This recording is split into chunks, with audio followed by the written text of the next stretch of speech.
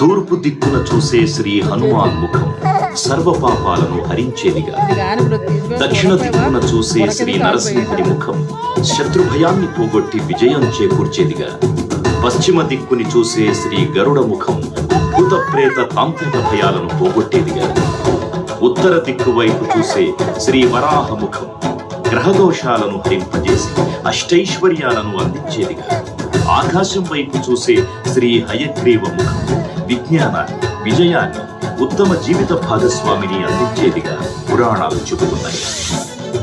కావున భక్తులారా, అన్ని విధాలుగా మనలను ఆపుకుని శ్రీ ఆంజనేయ స్వామిని మనసారా స్మరించుకుని ధరించండి. శ్రీ శ్రీ శ్రీ మహావీర బజరంగ బలికి జై.